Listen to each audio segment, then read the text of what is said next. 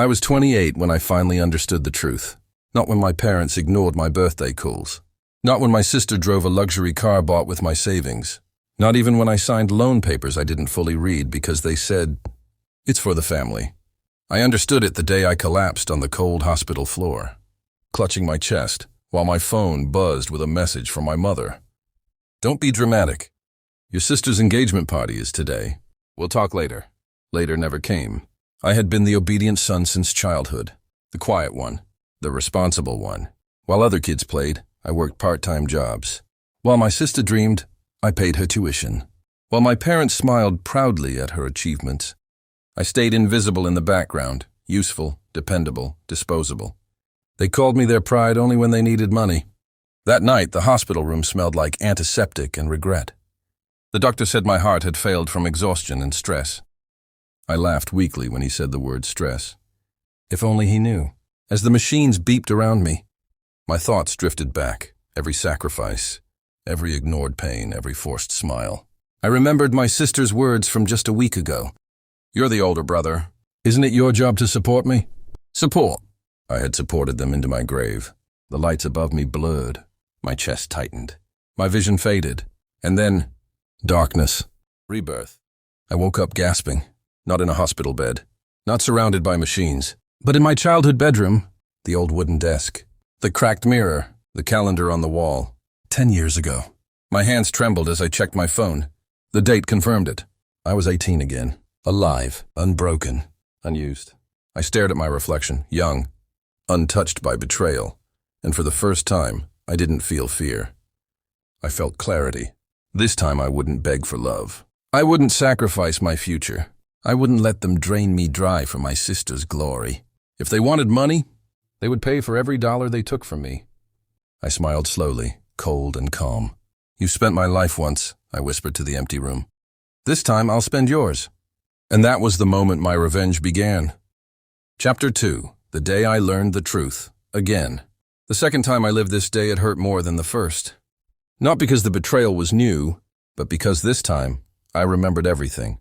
I stood in the narrow kitchen of my childhood home. The walls still painted the same dull beige, the clock ticking above the refrigerator like it always had. My mother sat at the table, stirring her coffee slowly. My father read the newspaper, pretending not to notice me. And my sister Lily leaned against the counter, scrolling through her phone, smiling to herself. This was the day my future was stolen. In my first life, I had been naive. 23 years old, fresh out of college, full of dreams. I had worked nights, skipped meals, saved every dollar from my freelance tech work. That money was supposed to be my startup fund, my escape. But today, I already knew what they were about to say. "Daniel," my mother began, not even looking up. "We need to talk." I swallowed, pretending confusion. "About what?" She sighed dramatically. "Your sister has been accepted into a private design academy in New York. It's a huge opportunity." Lily looked up, fake surprise on her face. I didn't want to tell him yet. In my first life, my heart had swelled with pride. This time it turned cold. "That's great," I said calmly. Too calmly. My father folded the newspaper. "The tuition is expensive. Housing too." I nodded. "And?" My mother finally looked at me. "We thought, since you're not doing anything serious right now, you could help." "Help!" Such a gentle word for theft. "How much?" I asked. My sister glanced at my mother, then said softly, "All of it." The word echoed. All of it. In my first life I had argued. I had pleaded. I had reminded them it was my money, my future. And in response, they had called me selfish, ungrateful, a bad son. This time I smiled. "Sure," I said. All three of them froze. My sister blinked. "Really?" "Of course," I replied. "Family helps family, right?" Relief washed over their faces instantly. No hesitation, no guilt. That was the moment I understood something important. They had never planned to ask me. They had already decided. I went back to my room, closed the door, and sat on the edge of my bed. My phone buzzed, an email notification. Bank transfer completed. Every dollar I had earned in my first life. Gone again. But this time I wasn't powerless. I opened my laptop. The files were still there. The investment plans, the contacts, the unfinished code that would later become $1 billion platform, stolen from Me in my first life by someone else who had better connections. I whispered to myself, this time I won't lose. Outside my room, I heard laughter, my sister already celebrating. My parents relieved, proud of themselves. They had no idea. In my first life, giving them my money had destroyed me. I spent years struggling, watching my sister succeed using what I built, while I worked dead-end jobs. But after Rebirth, I understood the real truth. Money wasn't my greatest asset. Memory was. That night, I lay in bed staring at the ceiling, replaying everything I knew would happen next. My sister would fail upward. My parents would drain me again and again. And when I finally broke, they would abandon me. Not this time. I picked up my phone and sent one message, to a name no one in my family knew. I'm ready. Let's start early. The reply came seconds later. I was wondering when you'd wake up. I smiled in the darkness. They thought they had taken everything from me, but what they really did was give me the perfect reason to destroy them. Chapter 3. The First Cutback. The first thing I learned after Rebirth was this. Power doesn't announce itself. It moves quietly. I didn't rush to confront them. I didn't scream, accuse, or demand apologies. That was what my past self did, and it only made them tighter as a family, united against me. This time I let them keep smiling. I returned to the city as if nothing had changed. Same clothes, same calm voice, same obedient son they remembered spending money that wasn't theirs. My sister, Lena, was the loudest. She had always been good at that, laughing a little too brightly, speaking over others, reminding everyone how successful she was becoming. The truth was simpler. Every internship, every business idea, every luxury bag had been paid for with my earnings. Money I made, money I trusted them with, money they never planned to return. At dinner, she casually announced it. I've decided to expand my startup, she said, scrolling through her phone. I'll need another investment. Just a small one. My parents looked at me out of habit. In my previous life, I nodded instantly. This time I smiled. Of course, I said calmly. But let's do it properly. They froze. Properly? My mother asked. Yes, I continued, placing my phone on the table. Contracts, records, transparency, since it's my money. Silence followed. The kind that exposes fear. My father forced a laugh. Why suddenly so formal? I met his eyes. Because I'm no longer careless. That night I didn't sleep. Instead I worked. The company they thought was Lena's, registered under my shell firm. The apartment she lived in? Legally owned by my trust.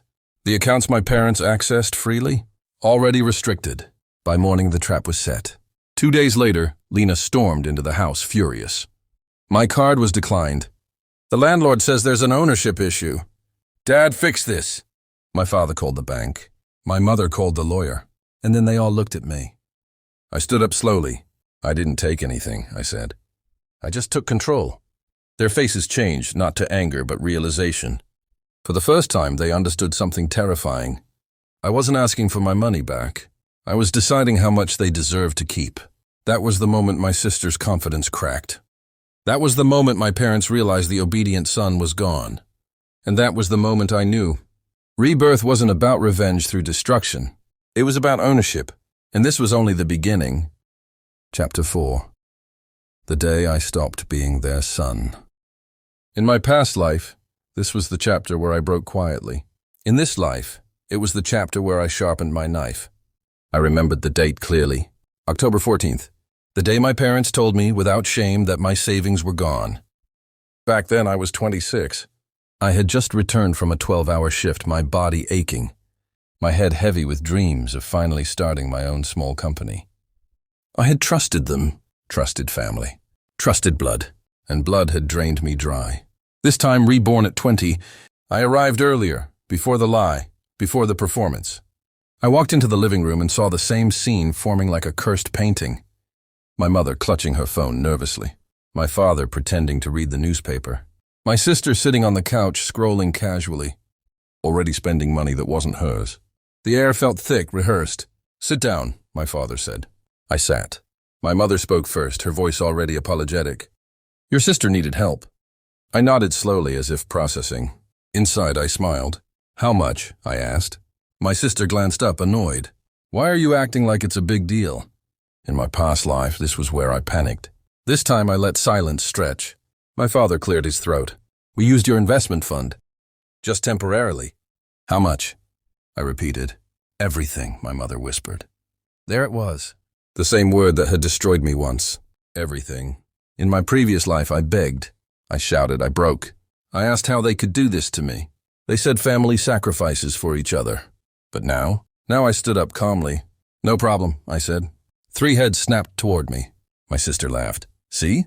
I told you he'd understand. I smiled back at her. Of course, I said softly. I understand perfectly. That night, instead of crying like before, I locked myself in my room and opened my laptop. I accessed the accounts because in this life, I had already changed the permissions weeks earlier. What they spent was only what I allowed. The real money was already gone, transferred, hidden, growing. The next morning, I visited the lawyer. I remembered from my past downfall, the one I never hired before it was too late. This time it wasn't too late. We prepared documents, silent ones, legal ones, final ones. 3 days later, my sister came home screaming. Her boutique lease had been rejected. The investor she bragged about vanished. Her credit froze. My parents stormed into my room. What did you do? My father demanded. I looked up from my desk calmly. I protected myself, I said. My mother's voice shook. You're tearing this family apart. I stood slowly and met her eyes. No, I said. I just stopped letting you tear me apart. That was the moment they realized something terrifying. The son they ignored had grown teeth, and this time he would bite back. Chapter 5. Taking Back What Was Never Theirs. By the time winter returned, I had already reclaimed half of what they stole. Not through shouting, not through revenge fueled by rage, but through patience, the kind that only someone reborn with the future burned into his bones could possess. In my previous life, this was the year everything collapsed. My sister had used my credit to launch her dream startup. My parents had signed my name on guarantees I never agreed to. And I, weak, desperate, still craving approval, had taken responsibility for their failures. This time I didn't. I watched quietly as my sister's business expanded, just as I remembered. The same flashy office, the same interviews, the same smug smile when she told relatives she had made it on her own. What no one knew was that every major supplier, every key investor, every logistics contract she depended on, was now indirectly controlled by companies registered under my reborn identity. She was standing on my foundation, and foundations can be removed. The first move was simple. One contract didn't renew, then another. Shipping delays followed. Cash flow tightened. Investors grew nervous. At the family dinner table, I listened as my parents complained. She's under so much pressure, my mother sighed. If only you could help her, my father added, not even looking at me. I smiled politely and said nothing, because help had a price now. A week later, my sister showed up at my office unannounced. She looked thinner, less confident, still proud, but the cracks were visible. You did this, she said quietly.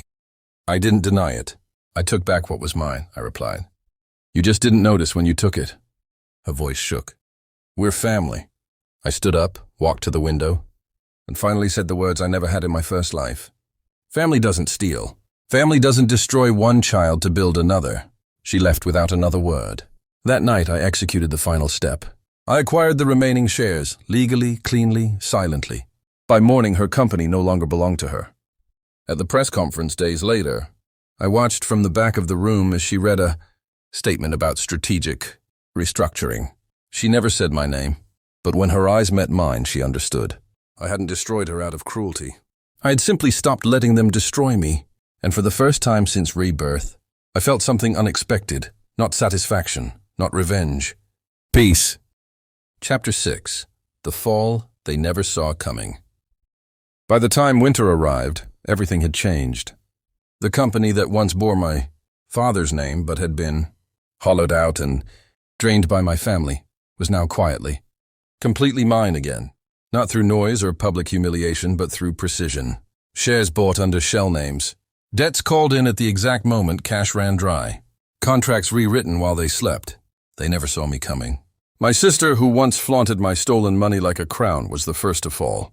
Her luxury lifestyle collapsed overnight when her credit cards were frozen. The friends who once laughed at me stopped answering her calls. The apartment she bragged about? Owned by a holding company, mine. She showed up at the office one afternoon, hair messy, eyes red, confidence gone. "I just need a meeting," she whispered to the receptionist. The receptionist looked at the schedule, then at me through the glass walls of my office. "She'll see you now," she said. When my sister stepped inside, she froze. I didn't look angry. That scared her more. "You," her voice cracked. "This is your office?" I gestured to the chair she never offered me years ago. "Sit." She didn't. "You spent my money like it was nothing," I said calmly. "Education funds, emergency savings, Dad's insurance." Tears streamed down her face. "We were family." I leaned forward.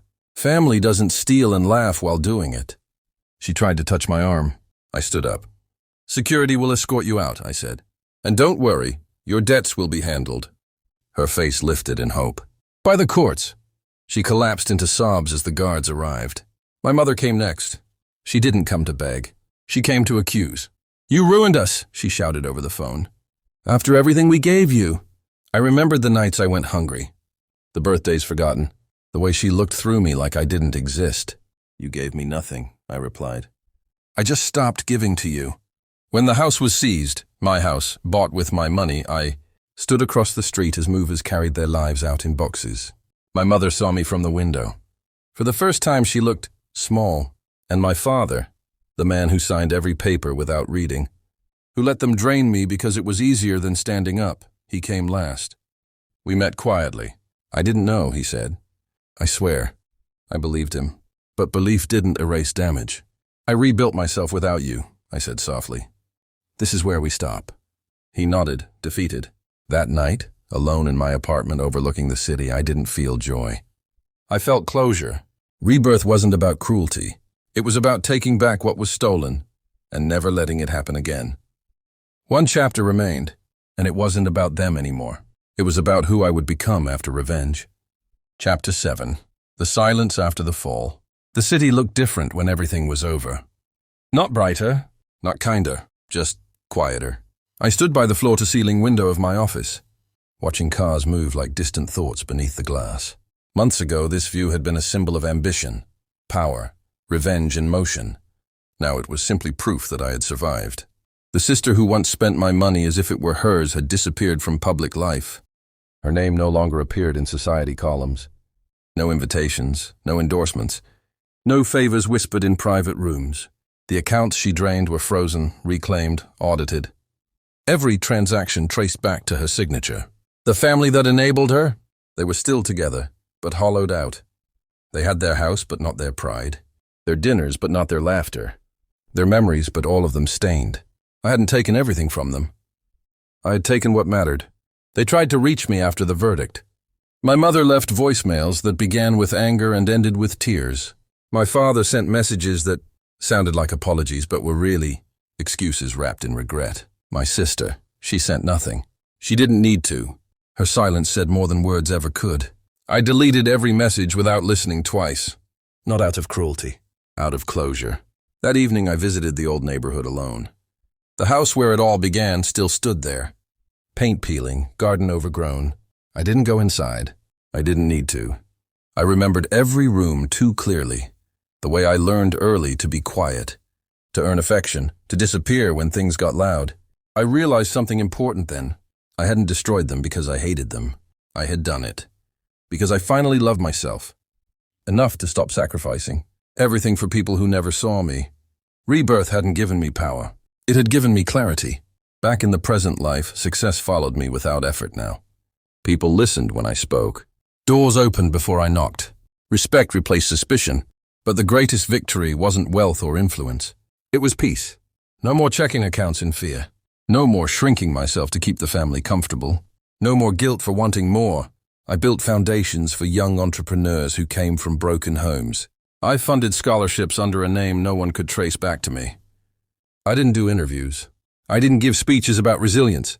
I let my actions speak quietly, like I once had to. One night, months later, I received a handwritten letter. No return address. Inside was a single page, written in familiar handwriting. I know you won't forgive me. I don't deserve it. I just want you to know, I finally understand what we did to you, and I'm sorry it took losing everything to see it. I folded the letter carefully, Then I placed it in a drawer. Some apologies arrived too late to change the past, but right on time to confirm your choices. On the anniversary of my rebirth, I stood alone on a quiet balcony. The city breathed below me. The wind was gentle. For the first time in 2 lifetimes, I felt complete. They had spent my money. They had stolen my future. They had broken the child I used to be. But in the end, I reclaimed everything that mattered. My name, my worth, my life. And this time, I didn't need revenge anymore. I had already won,